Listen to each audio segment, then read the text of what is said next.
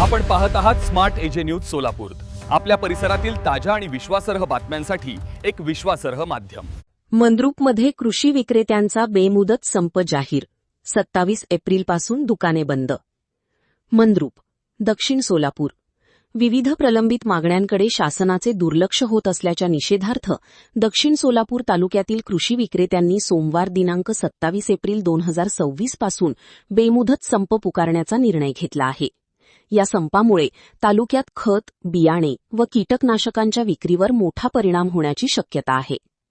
कृषी विक्रेत्यांनी शासनाच्या धोरणांविरोधात तीव्र नाराजी व्यक्त केली आहे।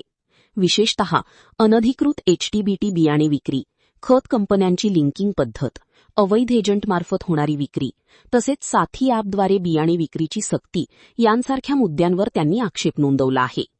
तसेच किरकोळ विक्रेत्यांवर लादण्यात आलेले जाचक नियम, कीटकनाशक कंपन्यांकडून एक्सपायरी माल परत न घेणे आणि नवीन कायद्यांतील कठोर अटी यामुळे विक्रेत्यांमध्ये असंतोष वाढला आहे।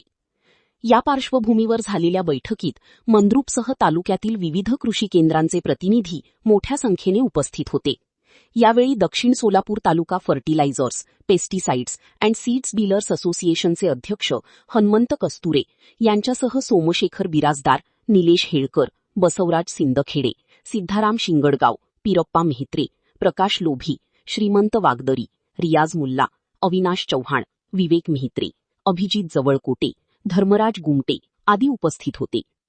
दरम्यान या संपासंदर्भात कृषी विक्रेत्यांच्या वतीने मंद्रुप येथील अप्पर तहसीलदार विष्णू बुटे यांना निवेदन देण्यात आले। शासनाने तातडीने सकारात्मक निर्णय न घेतल्यास बेमुदत संप सुरूच ठेवण्याचा इशारा देण्यात आला आहे। या संपाचे नेतृत्व Dakshin Solapur taluka fertilisers, pesticides and seeds dealers असोसिएशनचे अध्यक्ष हनुमंत कस्तुरे करत आहेत। स्मार्ट एजे न्यूज सोलापूरमध्ये आपलं मनपूर्वक स्वागत आहे। मी संपादक अभिजित जवळकोटे। ताज्या बातम्या आणि जाहिरातींसाठी आमच्याशी संपर्क साधा।